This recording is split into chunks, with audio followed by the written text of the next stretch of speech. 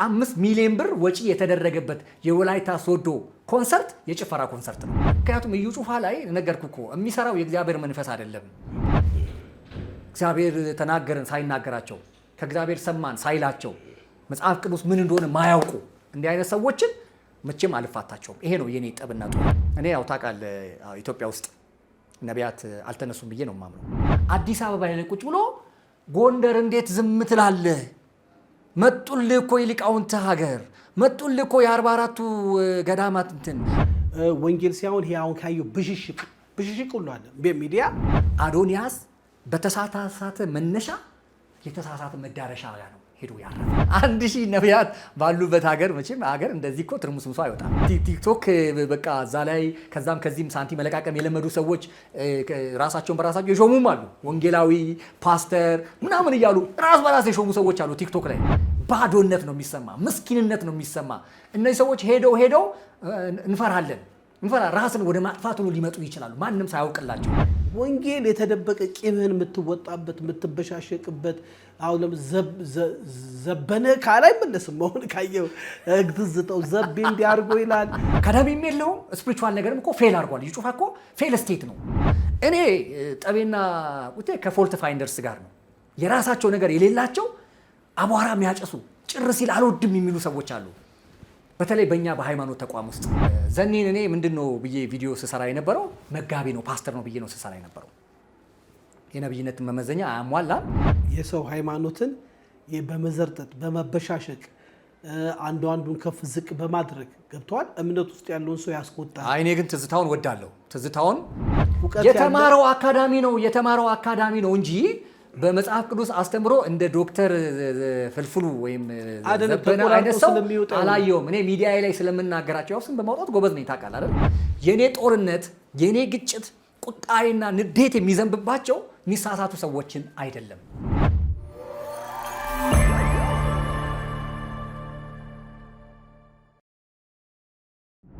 ሰላም ጤና ይስጥልኝ ውድ የዳሽን ቤተሰቦቻችን፣ ሰላምና ፍቅርን ተመኘን። ዳሽን ቲዩብ እንግዲህ ወቅታዊና አዳዲስ ነገሮች ይዞ ወደ እናንተ ከፍ ባለ ሀሳብ የመጣ ዩቱብ ቻናል ነው። ይህ ቻናል ሰብስክራይብ፣ ላይክ፣ ሼር፣ ኮመንት ማድረግ አለባችሁ ለብዙዎች ተደራሽ እንዲሆን። ከፍ ያለ ሀገራዊ፣ ፖለቲካዊ፣ ሃይማኖታዊ ሀሳቦችን እናንሸረሽራለን። እናንተም ሀሳብ ስጡ፣ ለብዙዎች ደግሞ እንዲጋራ አድርጉ። ያው እንግዲህ ባለፈው ከቦረና ድረስ አንዳንድ ጉዳይ ሲመጣ ሀብታሙ ቦረና እንግዲህ በተለይ በወንጌላውያን ቤተክርስቲያን ውስጥ ያሉትን ማንኛውም ሃይማኖታዊ ዝንፈቶችን በፊት ለፊት በመሟገት ዋጋ በመክፈል እስከ መታሰር የደረሰ ወዳጃችን ነው። አዲስ አበባ ሲመጣ ሁሌ ጎራ እንዲል በብዙ እንጠይቀዋለን። እሱ በፍጹም ፈቃደኝነት ወደኛ ስቱዲዮ ጎራ በማለት ቤተሰባችን ሆኗል። ሀብትሽን አዳዲስና ወቅታዊ ጉዳዮች ጋር ውይይት እናደርጋለን። ሀብትሽ እንዴት ነው አዲስ አበባ? አዲስ አበባ ጥሩ ነው፣ እግዚአብሔር ይመስገን፣ ደስ ይላል። ከጊዜ ወደ ጊዜ ያው ለውጦች በሚያስገርም ሁኔታ አለ። ይሄ በገሃዱ ዓለም ላይ ያለው እውነታ ነው። በተቃራኒው ደግሞ በመንፈሳዊ ጉዳዮች ላይ ከፍ እያለ ሳይሆን እየወረደ ብቻ ያልተመቹኝ ነገሮች አዲስ አበባ ሁለተኛ ቤት ትሆናለች። በጣም ብዙ ትመጣለች። አዎ የአያቶቼ ሀገር አይደለ? ለዛ የግድ ርስት ለመካፈልም ሲባል እንዳልረሳ ቶሎ እመላለሳለሁ። ከቦረና ወደ 600 ኪሎ ሜትር ይርቃል። ወደዚህ ትጓዛለህ ለስራ ጉዳይ? እውነት ነው። የመጣበት ነገር እየተሳካ መልክ እያዘ ነው? አዎ ኦልሞስት ጨርሻለሁ። የቀረው ነገር ደግሞ የአንድ ቀን ስራ ነው የቀረኝ። እሱን ጨርሼ እመለሳለሁ። መልካም። ሰሞኑን እንግዲህ እስቲ ሀብትሽ ብዙ ነገር ካንተ ጋር ስላወራን ወደ ገድለው ልግባ ብዬ ነው። ወደ ጎንደር እንሄዳለን። ጎንደር ላይ አንድ ሃይማኖታዊ ፕሮግራም ተደርጎ ነበረ። እሱም ሙሉ ወንጌል የምትባል ጥንታዊ ቤተክርስቲያን በጎንደር ከተማ አንድ ዓመታዊ ክብረ በዓል ሲያደርጉ የወጣ ቪዲዮና ፎቶ አለ። ያ ብዙ ንቅናቄ አንስቷል። በጎንደር እንዴት በ44ቱ ታቦት ሀገር እንደዚህ ይደረጋል የሚል ብዙ ሀሳብ አለ። አንተ እሱን ደግፈህም ተቋምም መሆንም የለበትም አለበትም የሚለውን ነገር አብጠርጥር ሀሳብ ስሰጥ ስለሰማ ነው። እና እንደው ታዝበው ከሆነ ጎንደር ላይ የተፈጠረው የፕሮቴስታንት ሃይማኖት ስብከት ወይም የወንጌላውያን ቤተክርስቲያንን እንዴት አየው? እውነት ነው። በዛ ጉዳይ ላይም ጠንከር ያለ ሂስ ሰጥቻለሁኝ። አንዳንድ በማይመለከታቸውና በማያገባቸው ጉዳይ ላይ ሀሳብ የሚሰጡ ሰዎችን አይቼ ቲክቶክ ላይ አደባቸውን እንዲይዙ ነግሬያቸዋለሁኝ። ምክንያቱም ማን ይናገር የነበረ ነው። ስለሆነ ነገር ለመናገር ስትፈልግ እኮ አንተ አትሊስት ወደዛ ነገር ላይ ትንሽ መቅረብ መቻል አለብህ።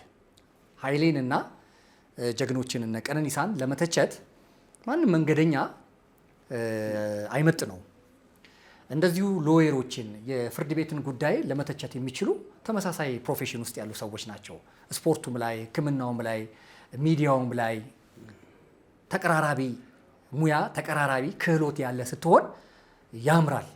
ማን ይናገር የነበረ ስለሆነ እና እነዛ ልጆች በማያገባቸውና በማይመለከታቸው ጉዳይ ላይ ተነስተው በጎንደሩ የወንጌል እንቅስቃሴ ላይ ሂስ ሲሰጡ አይቼ ትንሽ ተቆጥቼ ተናግሬያለሁ። መለመድም ስለሌለበት እና ጎንደር ላይ ምንድነው የተከሰተው ነገር? ጎንደር የኢትዮጵያ አካል ነው። ትግራይ የኢትዮጵያ አካል ነው። አፋር፣ ጅጅጋ የኢትዮጵያ አካል ነው። ምንድነው ስልጤ፣ ወራቤ፣ ሀላባ፣ ጂንካ፣ ቦረና፣ ጉጂ፣ ባሌ፣ አርሲ የኢትዮጵያ አካል እኮ ነው። በዚህ በኢትዮጵያ አካል ውስጥ እንደምታውቀው ብዝሃነት አለ አይደለም? የብሔር አለ፣ የሃይማኖት አለ አይደል? የሚያስተዳድረን ግን አንድ ህገ መንግስት ነው። እዛ ህገ መንግስት ላይ እንደምታውቀው የሃይማኖት አንቀጽ አለ። ማንም ሃይማኖቱን ኢትዮጵያ ውስጥ በነፃነት ማስፋፋት እንደሚችል፣ ማስተማር እንደሚችል፣ በነፃነት ማምለክ የፈለገውን እንደሚችል ህገ መንግስቱ አንድ ያደረገንን ያ ህገ መንግስት ላይ አንቀጽ ተጽፏል። ይሄንን ምክንያት ሰበብ እየፈለግ ማለት ነው ለመቃረን ለመጻረር ከሆነ በወንጀል ያስጠይቃል። ከዛ ውጪ ግን ጎንደር ላይ ለምንድን ነው የወንጌል አማኞች እዛ ቦታ ላይ ኮንፈረንስ ያደረጉት? ወንጌል ሲሰበክ ሁለት መልክ ወይም ሁለት ባህሪ አለው። አንደኛው ሰዎች አማኝ ያደርጋቸዋል፣ በቀላል መንገድ ማለት ነው። በስብከት ሞኝነት ሰዎች አማኝ ይሆናሉ። ሁለተኛው ደግሞ በኃይልና በሚታይ መንገድ ደግሞ ሰዎች ይፈወሳሉ፣ አጋንንት ይወጣል፣ የተለያዩ አይነት ምልክቶች ይታዩበታል። ይሄ የወንጌል ባህሪ ነው። ስለዚህ ጎንደር ላይ ይሄ ነው የሆነውና ይሄንን ግን በመቃወም የተለያዩ ሚዲያ የኦርቶዶክስ ቤተክርስቲያን ተከታይ ነን የሚሉ ለኦርቶዶክስ ቤተክርስቲያን እንቆረቆራለን የሚሉ ቀናኢ ነን የሚሉ ሰዎች አሉታዊ በሆነ መንገድ ግጭትን፣ ጠብን ሊፈጥር የሚችል ሊያነሳሳ የሚችል ነገር ሲናገሩ አይቻሉ። ተሺ በዛ እንትኑ ውስጥ ቅስቀሳ ውስጥ ሚዲያ ትልቅ ሚዲያ ያላቸው እንደ ነጋሽ በዳዳ ነጋሽ ሚዲያ እንደነ አርአያ መካሻ እኔ እናንተ ማህበር የላችሁም እንዴ? ተሺ በነገራችን አርአያ ወዳጅ ነው። የጋዜጠኛ ማህበር የላችሁም? የሚዲያ ማህበር የላችሁም? አትመካከሩ? አሁን እየተሰባሰብን ነው። ግን አርአያው ያው ይተቻል። ጎንደር ውስጥ እንደውም አንድ ጸሐፊ ምናየው አንድ ጎንደሬ እኮ ከፈለገ ኦርቶዶክስ፣ ከፈለገ እስላም፣ ከፈለገ ፕሮቴስታንት የፈለገውን የመሆን መብት አለው። ገብቷል። ግን ሰዎች ምን ይላሉ? 44ቱ ታቦት ያለበት በሃይማኖትም በታሪክም የቆየችዋን ሀገር እንደተደፈረች፣ ለምሳሌ አንገታቸው ላይ ማተብ አድርገው አጋንንት የሚወጣ አጋንንት እንግዲህ ማተብን ማረክ ምንም ማረክ አስፈቅዶ አይገባም እና እንዴት ነው ይሄ ነገር የሚሉ ቁጭት ያለባቸው ነገሮች ተናግሯል። እና አብትሽ ወይ በአዳራሹ ውስጥ በስርዓት በቪዲዮም ተቀርጾ ባያወጣ ቁጣ ይቀሰቅሳል የሚሉ አሉ። ገባ እያልን ስናወራ እንሰማለን። እነዚህ ሚዲያዎችንም እየተቸ ነው እና ላሪያም እንግዲህ ከአንተ ጋር ፊት ለፊት እንዲያወራ መድረክ እናመቻቻለን። ሀሳብን አላቋርጠም። እሺ። እና ምንድን ነው እያልኩ ያለሁት መብታችን ነው። በጎዳና ላይ መስበክ ትችላለህ፣ በጋራ ስምምነት ካልሆነ። እኔ ያው ለምሳሌ አጋሮ ጅማ ላይ የሃይማኖት ተቋማት የጋራ ስምምነታቸውን አውቃለሁ። የአጋሮ ጅማን እንደገና ደግሞ አዳማ ላይም አውቃለሁ፣ ሀላባንም አውቃለሁ። ምክንያቱም የሚዲያ ሰው ስለሆንኩ ብቻ ሳይሆን ከከተማዎች ተንቀሳቀሼ ወንጌልን ምሰብክ ማስተምርም አገልጋይ ስለሆንኩ ማለት ነው። አፋር ላይም አውቃለሁ። በጋራ ተስማምተ የምታረጋቸው ነገሮች አሉ፣ እንደ ሃይማኖት መቻቻል ማለት ነው። ጎንደር ላይ እነ ሙሉ ወንጌል እኮ ቀደምት ቸርች ናቸው። እነ መሰረተ ክርስቶስ፣ እነ መካነ ኢየሱስ፣ ህይወት ብርሃን፣ ቃለ ህይወት በጣም ቀደምት ቸርቾች እኮ አሉ። የብዙ ዓመት ቸርቾች። እነዛ ቸርቾች ኮንፈረንስ የማድረግ መብት አላቸው። እኔ ኦርቶዶክሶች እኮ ወደ እኔ ሃይማኖት እንዲመጡ ፈልጋለሁ። ሙስሊሞች ወደ እኔ ሃይማኖት እንዲመጡ ፈልጋለሁ።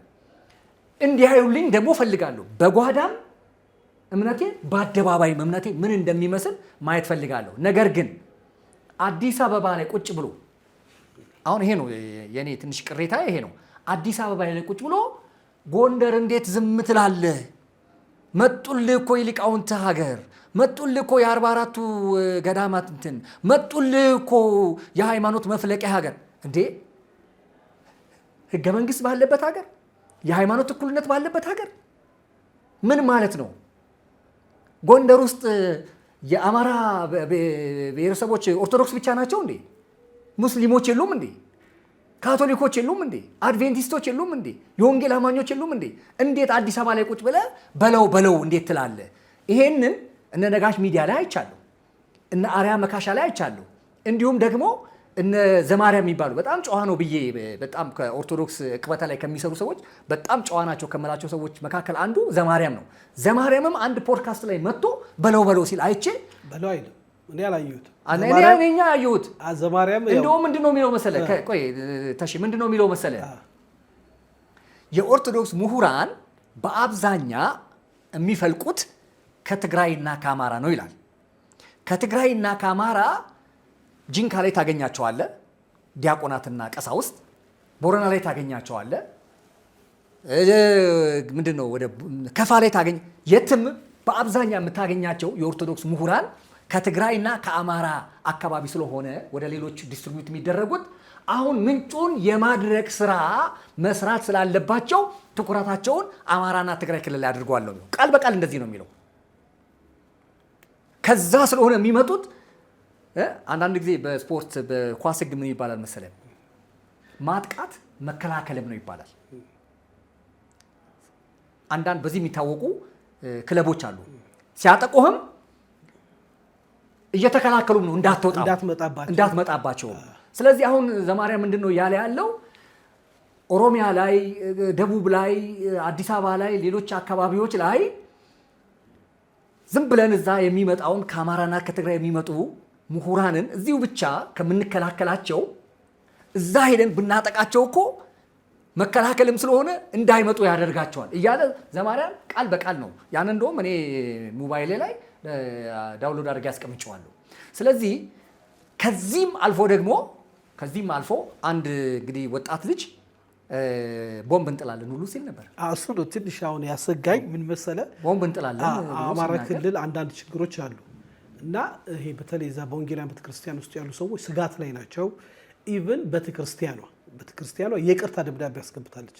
አይለምደኝም የሚል ይዘት ያለበት ሚል አይቻለሁ። እውነቱ አይለምደኝም አይደለም፣ አፕሩቫል ወንጌል በመስበክና በማስተማርማ የአባቶቻችን መንገድ ነው። አይደገምም ይላል። አይደገምም ያለው ምኑ መሰለ፣ ግን ለወንጌል ከሆነ የሚያስፈልገው መስዋዕትነት ቢከፍሉስ ሚል ሰው አለ። ሁለተኛ ይህንን ካላሰቡበት ስለምን አደረጉ ሚል አለ። ሶስተኛ አዲስ አበባ ጠቅላላ ሙሉ ወንጌል ቤተክርስቲያን የራሷ አንድ እሷ ጎንደር ያለችው ብቻ አይደለችም፣ በመላው ሀገሪቷንም የሚያስተባበር ቢሮ አለ ብዬ አስባለሁ። በዚህ ጉዳይ ላይም ሀሳብ አልተሰጠምና እንደው ጠቅላላ አድርገህ ብትመጣ። ምናልባት ጉዳዩን እኔ ያው ትንሽ መረጃ አለኝ እየተጣራ እንደሆነ ማለት ነው።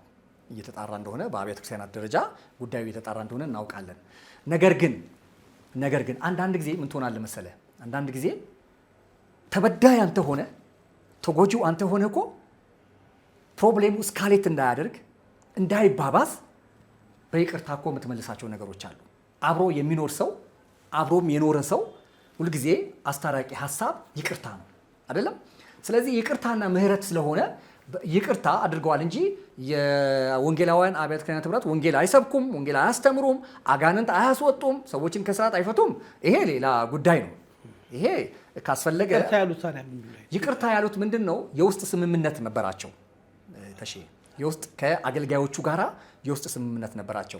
ያ ስምምነት በመጣሱ ምክንያት የተሰማቸው የአካባቢ ነዋሪዎች ናቸው። ስምምነታችን ይሄ አልነበረም። ገብተዋል። ለምሳሌ እኔ አፋር ላይ የገጠመኝ ነገር ልንገርህ። እኔ አልሄድኩኝም፣ ተጠርቼ ነበር አፋር ላይ። ግን አብሮኝ የሚሄዱ ልጆች ስህተት ሊፈጥሩ ይችላሉ ብዬ ስላሰብኩኝ የአፋሩን ኮንፈረንስ ሎጊያ ኦር ሳምዌር ነውና ቀረሁኝ፣ ያው ስላላመንኳቸው። እዛ ሄዶ ምንድን ነው ያደረጉት? እንግዲህ እስልምና ነው አይደል? አፋር በአብዛኛው እስልምና ተከታይ ነው። እዛ ሄደው ከእስልምና ጋር በተገናኘ በማይክ ያልተገባ ነገር ይናገራሉ። ከዛ በኋላ ምንድነው የተፈጠረው?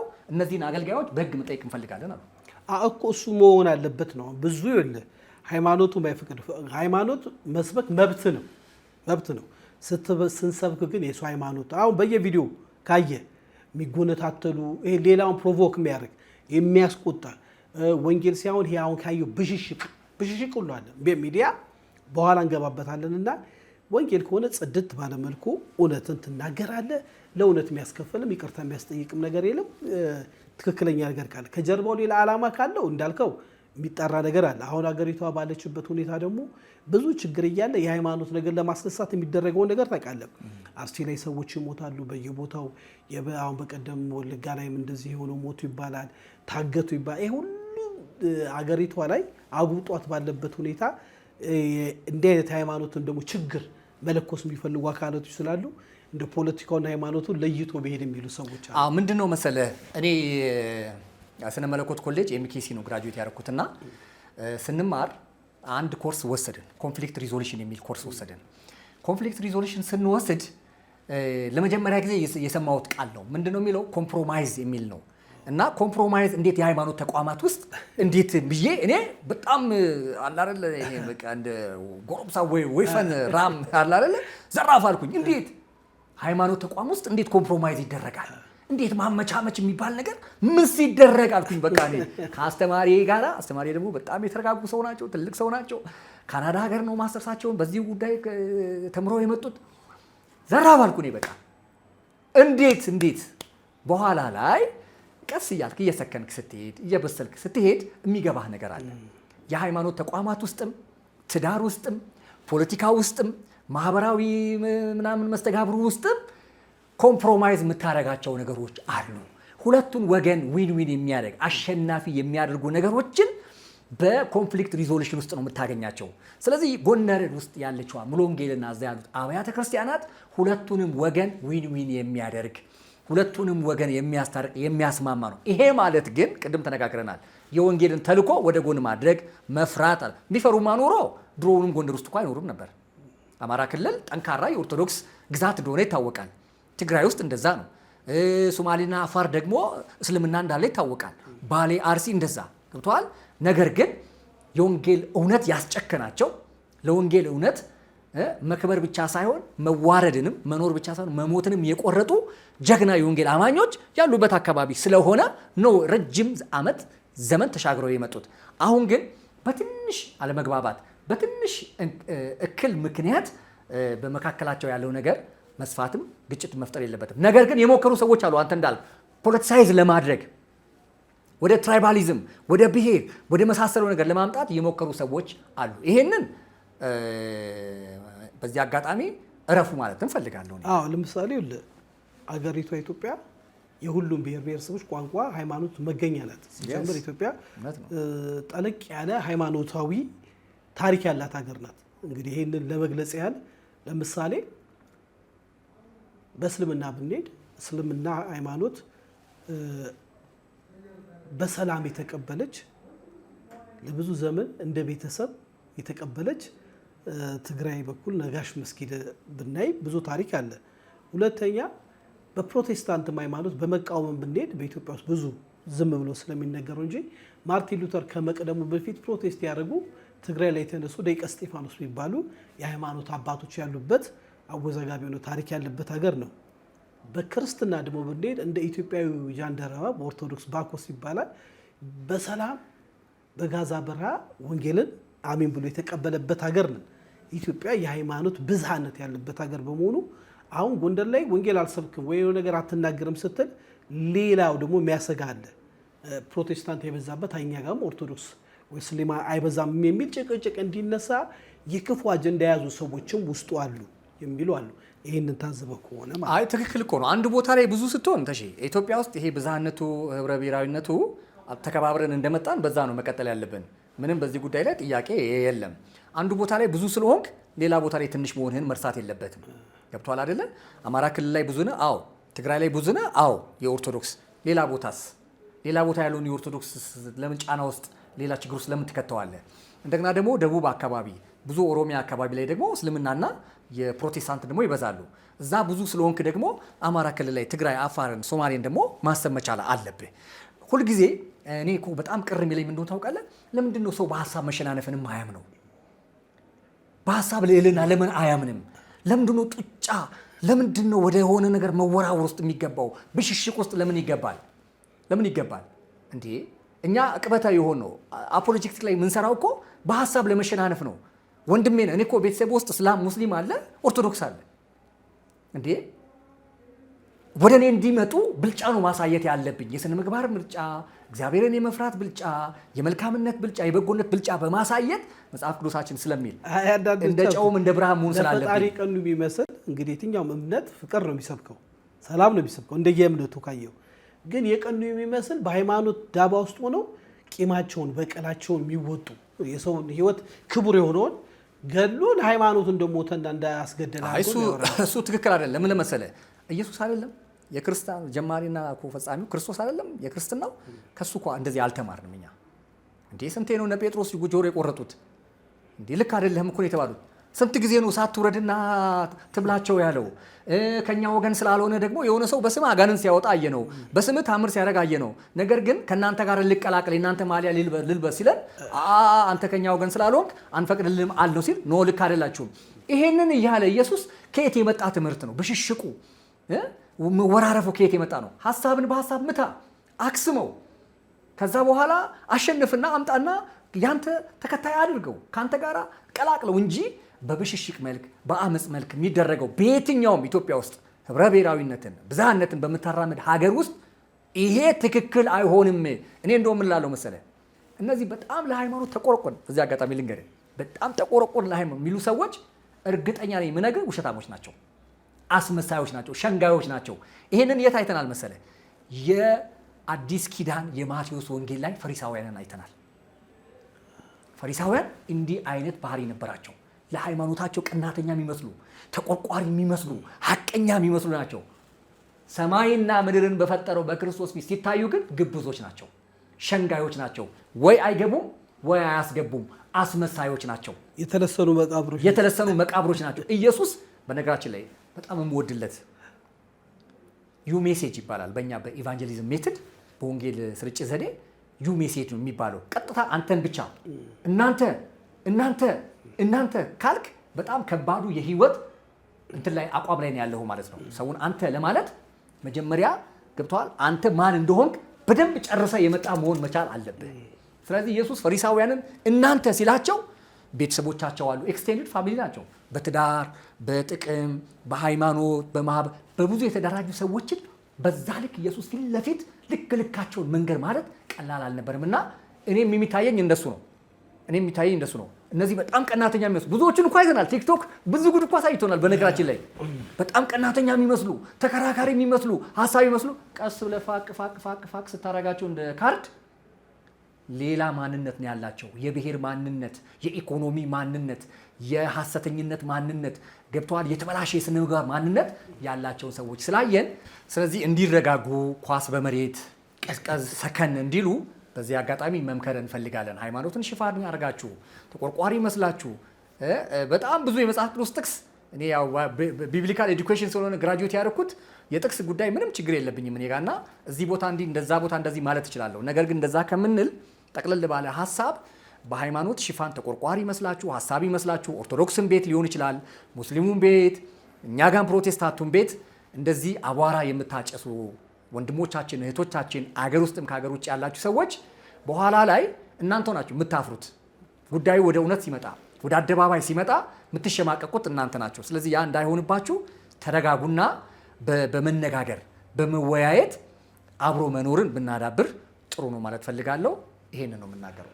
መልካም ሀብትሽ፣ እንግዲህ ያው ወቅታዊ ጉዳይ ላይ ሄደው ከመጣ አይቀር እንደው ስለ ብሽሽቅ ስታይ አሁን ለምሳሌ ነቢይ ዘኔ የሚባል በፕሮቴስታንት ቤተክርስቲያን ወይ በወንጌላውያን በጣም የሚወደድ ሰባኪ አለ። በአንድ መድረኩ ላይ እንደዚህ አይነት የብሽሽቅ ነገር አትናገሩ የሚል በተለይ ከኦርቶዶክስ ተሐድሶ መጣን ብለው ሚዲያውን ይዘው ፕሮቴስታንትን ከለላ አድርገው የኦርቶዶክስ ሃይማኖትን ፕሮቮክ የሚያደርጉ የሚያበሳጩ እና የቅዱሳኖችን የሚሳደቡ መክተፊያ የሚሉ ብዙ የሚሉትን እሱም እንዲተናግሯል። አንተ ሁለቱን ሚዛን ያርገ ስትናገር ስለሰማው ትንሽ ስለነበረው ሁኔታ ሚዛን ነው የጠበቀ ነገር እስቲ ካንተ እንጠብቃለን።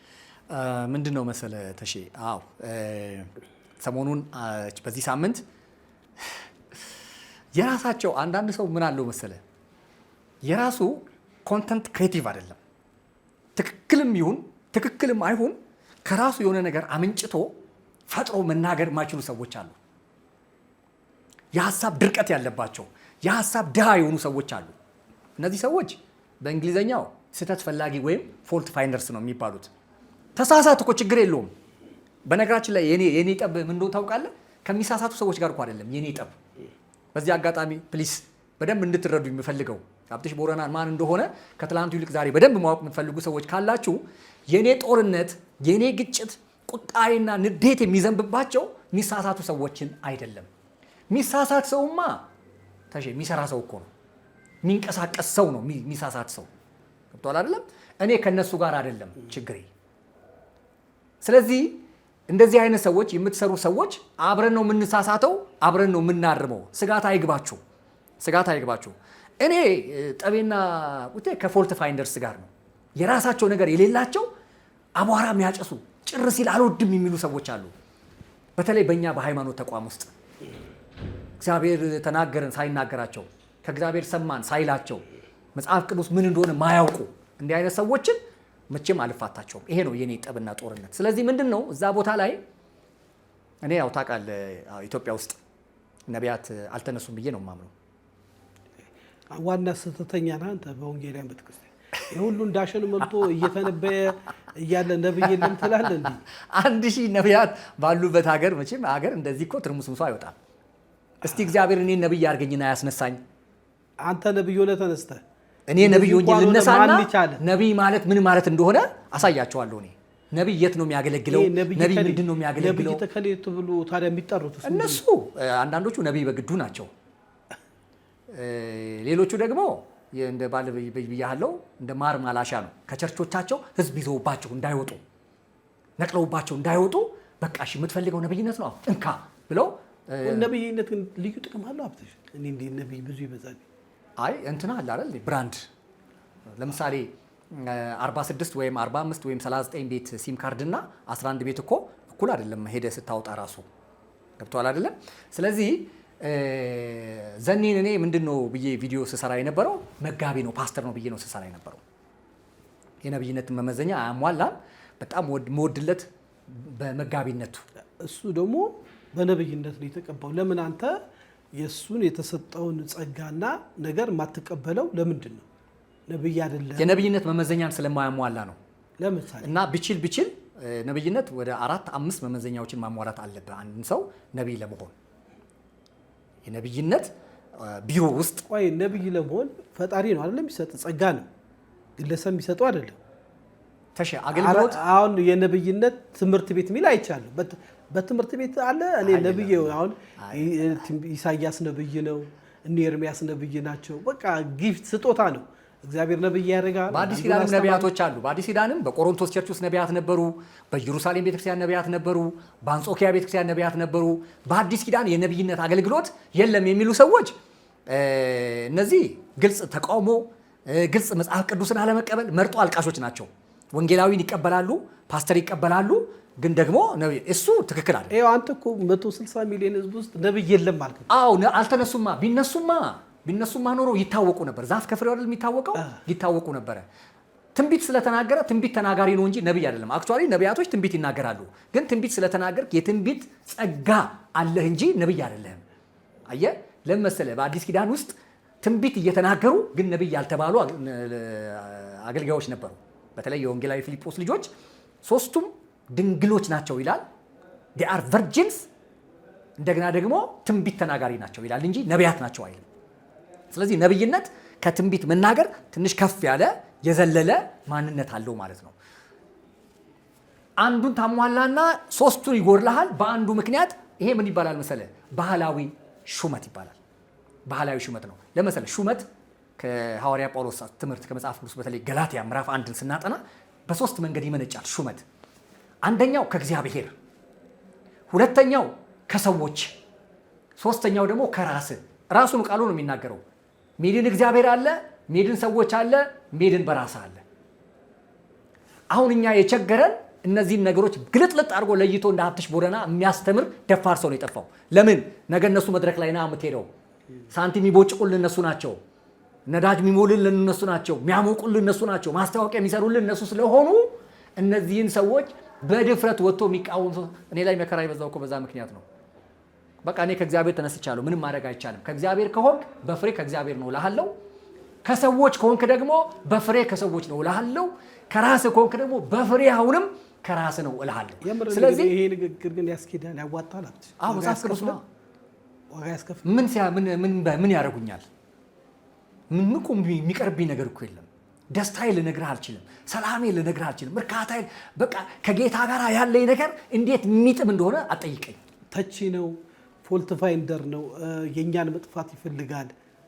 እኔንም አብረህ ተባባሪ የሆነ ወደ ሚዲያ እያመጣ እኔንም አልማረኝም እያልኳቸው ነው። እኔንም እኮ ቲክቶክ ፔጅ ላይ እየሰማሁ አንተ እንዲህ አድርገህ ገንዘብ ተቀበለ ብለኸኛል። እንግዲህ አሁንም እኮ ኢንቨስቲጌት እያደረኩ ነው። መቼ ጨረስኩኝ? አንተ ላይ ያለውን እንትን መቼ ጨረስኩኝ?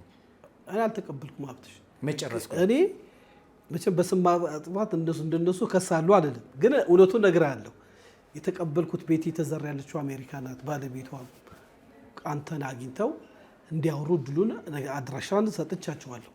ማውራት እንፈልጋለን ስላሉ፣ ሁለተኛ የተሰማን ነገር መናገር አለብህ። ሶስተኛ የባንክ ትራንዚሽን የተዘዋወርበት አምጣ። እንደሱ ስስል ደግሞ በሰው ሰጥቶስ ቢሆኑ በምን አውቃለሁ ትላለህ። አዎ እጅ በእጅ ተቀበለ ቢሆንስ ለመሰለ ይሄ ስለሚሆን እኮ ነው። ይሄ ይደረጋል እኮ ምንም ይሄ ግልጽ እኮ ነው። ይሄ ሎቢስት አሉ አይደለ? ስላንተ የሆነውንም የሚሉልህ ሰዎች አሉ። እንደገና ደግሞ እጅ መንሻ። ይሄ እኮ ምንም መጽሐፍ ቅዱስ ላይ እኮ የተጻፈ ነገር እኮ ነው። የሌለ ነገር አይደለም የምናወራው። ግን ምንድነው መሰለ ሄዶ ውጤቱ ግን የከፋ ይሆናል ነው እነዛ ሰዎች ላይ ወደ ተነሳንበት እንላለን። ስለዚህ የትዝታውና የነብይ ዘኔ ጭቅጭቅ እንዴት አየው? የዘኔን ምንድነው መሰለ ዘኔ እንዳልኩ የምወደው የማከብረው ነው። ከነብይነቱ ታይትል እቺ ነች መነሻችን። በመጋቢነት እኔ ሾሜዋለሁ። የኢትዮጵያ አማኑኤል ቤተክርስቲያን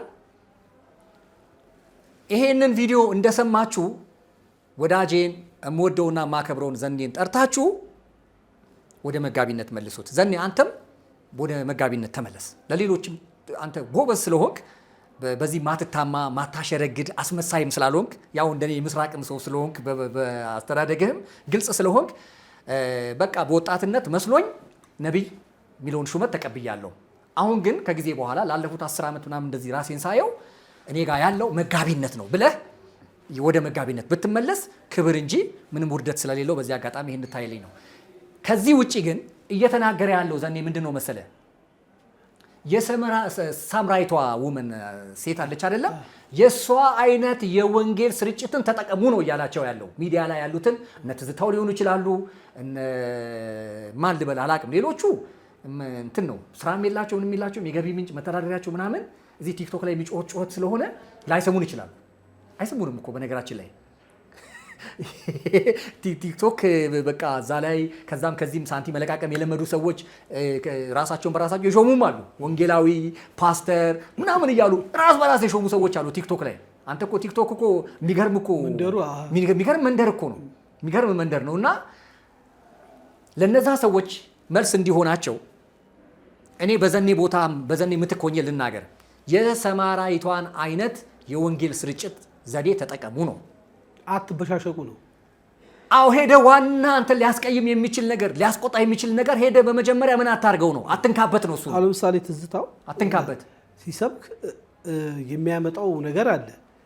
ግን ከጥቅሙ ይልቅ ቁጣን፣ የሰው ሃይማኖትን በመዘርጠጥ በመበሻሸቅ አንዱን ከፍ ዝቅ በማድረግ ገብቷል። እምነት ውስጥ ያለውን ሰው ያስቆጣል። እኔ ግን ትዝታውን ወዳለሁ።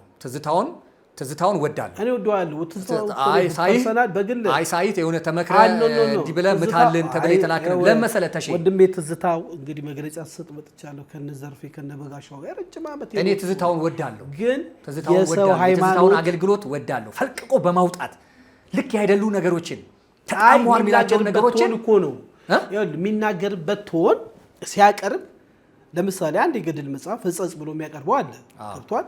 እኔ ብዙ የሃይማኖት እኮ ከሱ በላይ የሆኑ የሃይማኖት አባቶች አሉ። ለምሳሌ አሜሪካን ሀገር የሚኖሩ እዛ ኦርቶዶክስ ቤተክርስቲያን የሚያስተምሩ አባ ባርናባስ ነው የሚባሉ ሁለት ሰው እነሱ ካየ ነገሮችን ሲያቀርቡ በፍቅር ነው። ወንጌልን በፍቅር ግለጾ እንጂ ወንጌል የተደበቀ ቂምህን የምትወጣበት የምትበሻሸቅበት አሁን ዘበነ ካለ አይመለስም። አሁን ካየው ትዝታው ዘቤ እንዲያርጎ ይላል። ለምን መሰለህ? ዘበነ ደግሞ በኦርቶዶክስ በጣም የተከበረ ዶክተር ነው። ዶክተር ፍልፍሉ ነው።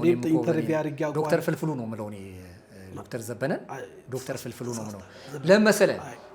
የሌለ ነገር አሁን ይኸውልህ የተማረው አካዳሚ ነው እንጂ በመጽሐፍ ቅዱስ አስተምሮ እንደ ዶክተር ፍልፍሉ ወይም ዘበነ አይነት ሰው አላየውም። እኔ ሚዲያ ላይ ስለምናገራቸው ስም በማውጣት ጎበዝ ነኝ፣ ታውቃለህ አይደል? ጎበዝ ነኝ፣ የዳቦ ስም በማውጣት ጎበዝ ነኝ። ስለዚህ ዶክተር ዘበነን እኔ ዶክተር ፍልፍሉ ነው ብለው እና እንትኑ ቅድም እኮ አንድ ነገር ከአንተ ጋር የምስማማበት ነገር አለ። ምንድን ነው የምስማማው መሰለህ? እውነትን ገብቶሃል? ቂም መወጣጫ ማድረግ የለብንም። እውነትን መደብደቢያ መከተቻ ማድረግ የለብንም። እውነትን ሌሎችን ማስቀየሚያ ማድረግ የለብንም የሚለውን እስማማለሁ።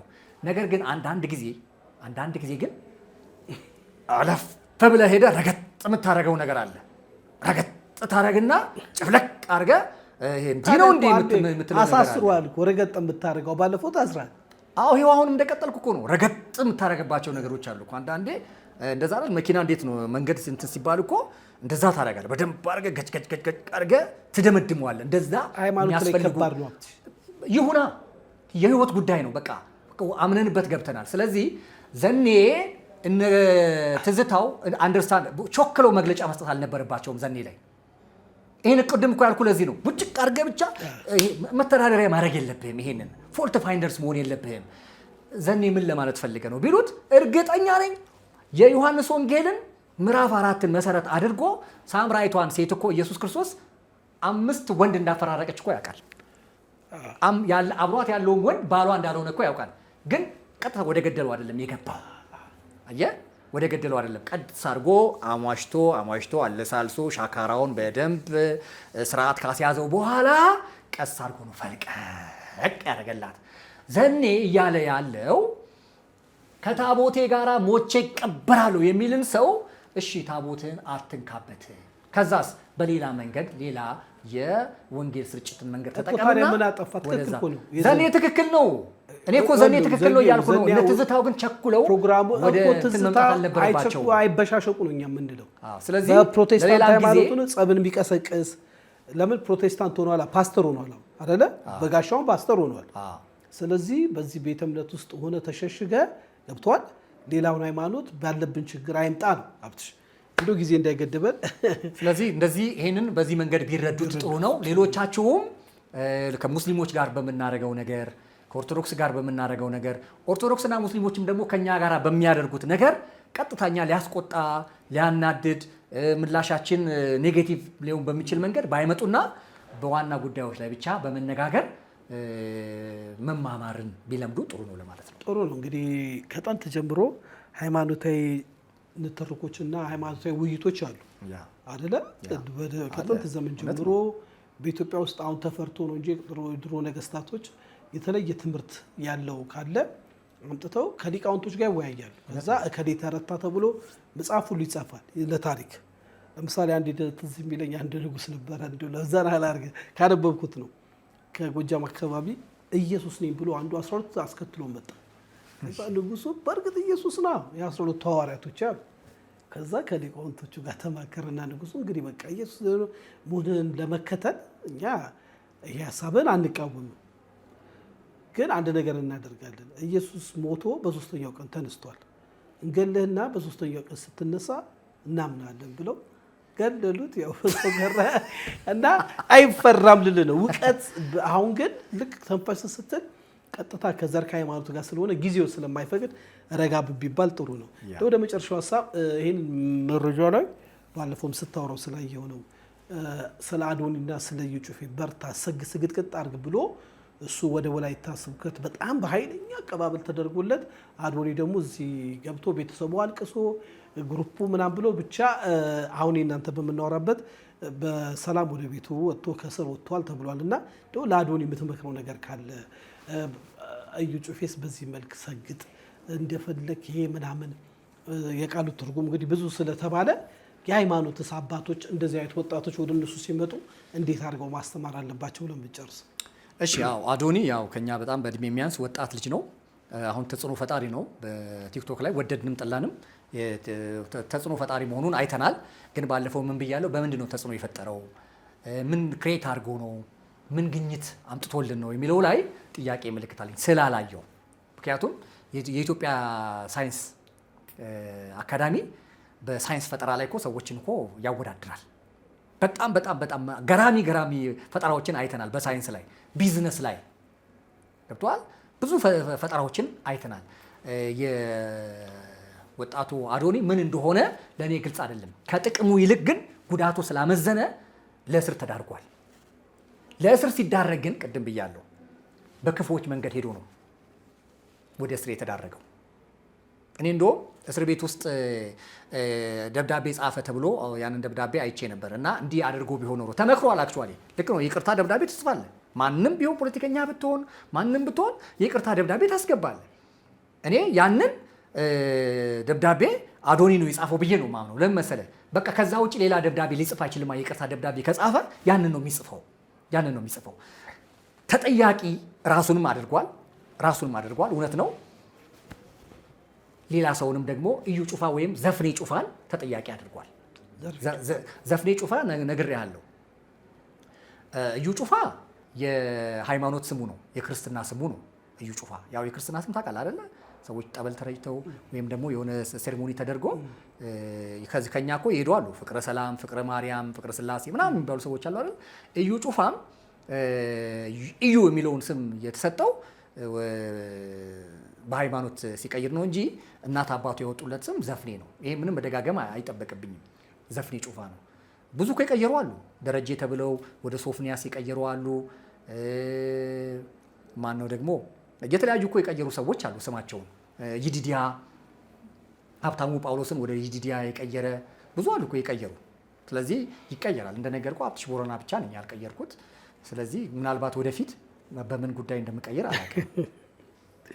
አላቅም። አሜሪካ ሲሄድ ይሁን ካናዳ ስገባ ይሁን እንግሊዝ ሲሄድ ይሁን ብቻ የት ሲሄድ እንደምቀየር አላቅም።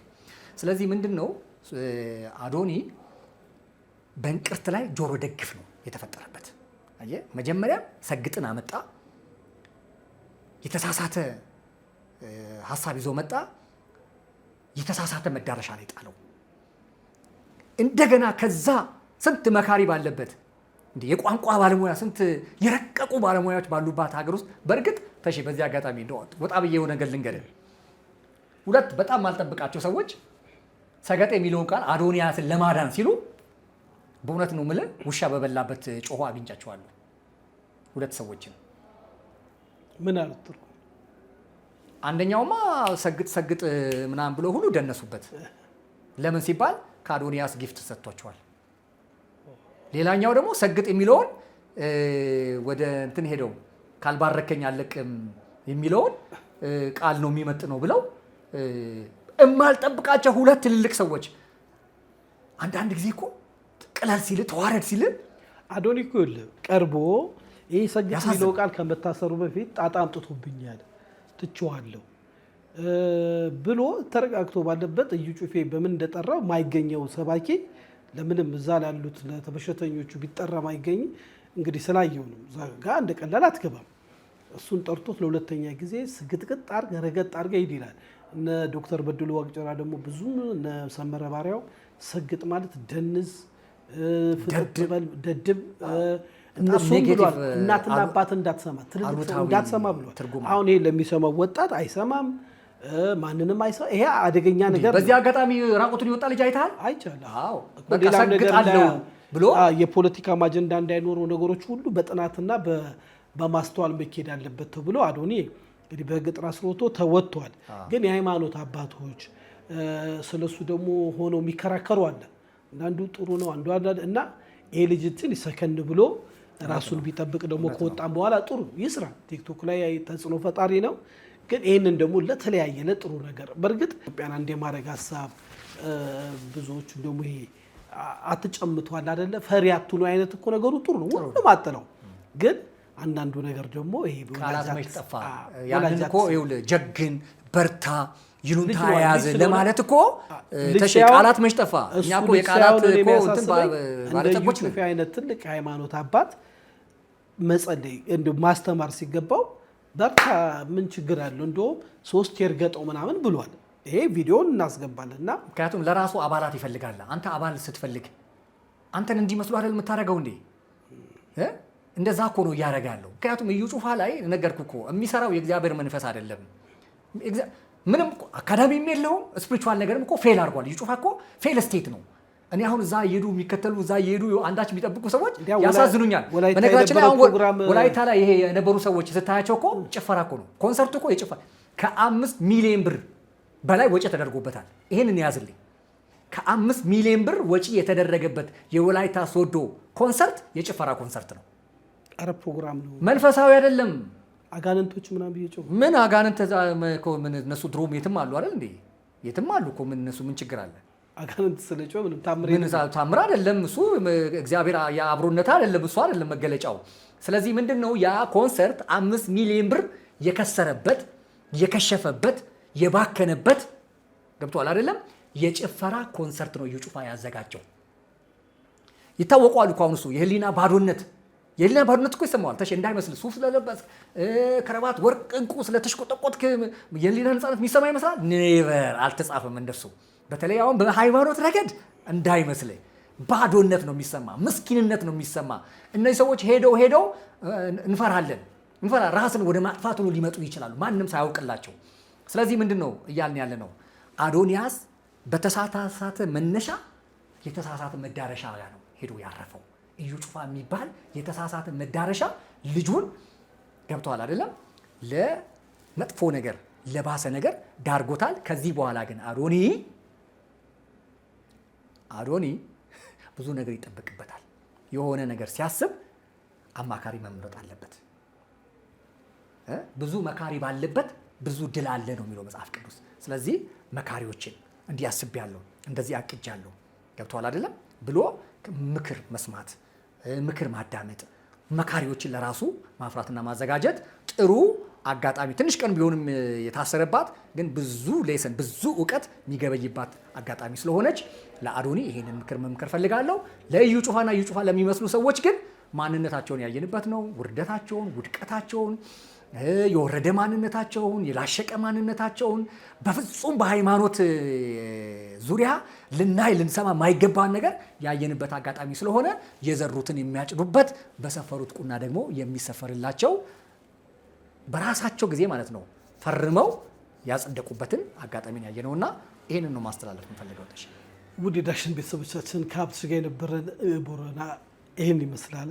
አብትሽ ወቅታዊ ጉዳይ ላይ በፍጹም ቅንነት ደከመኝ ሰለቸኝ ሳትል ከዛ ሀገር ድረስ መጥተህ ብዙ ጉዳዮች እያሉ ሀሳብን ስለምትሰጠን ክብረት ይስጥልን። እጅግ አድርጌ አመሰግናለሁ። እኔም በዳሽን ቲዩብ ዝግጅት እግዚአብሔር ይስጥልን፣ እግዚአብሔር ያክብርልን። ውድ የዳሽን ቤተሰቦቻችን ከፍ ባለ ሀሳብ ከአብትሽ ጋር ዳንኤል ቆይታ አድርገን እንግዲህ አዲስና ወቅታዊ ሀሳቦች ወደ እናንተ ይመጣል። እንደዚህ የተመረጠ ፕሮግራም ነጭ የምንወያይበት ፕሮግራም ስለሆነ ሰብስክራይብ፣ ላይክ፣ ሼር፣ ኮመንት ማድረግ እንዳትረሱ። ተሾመ ሽፈራው ነኝ። ሻሎም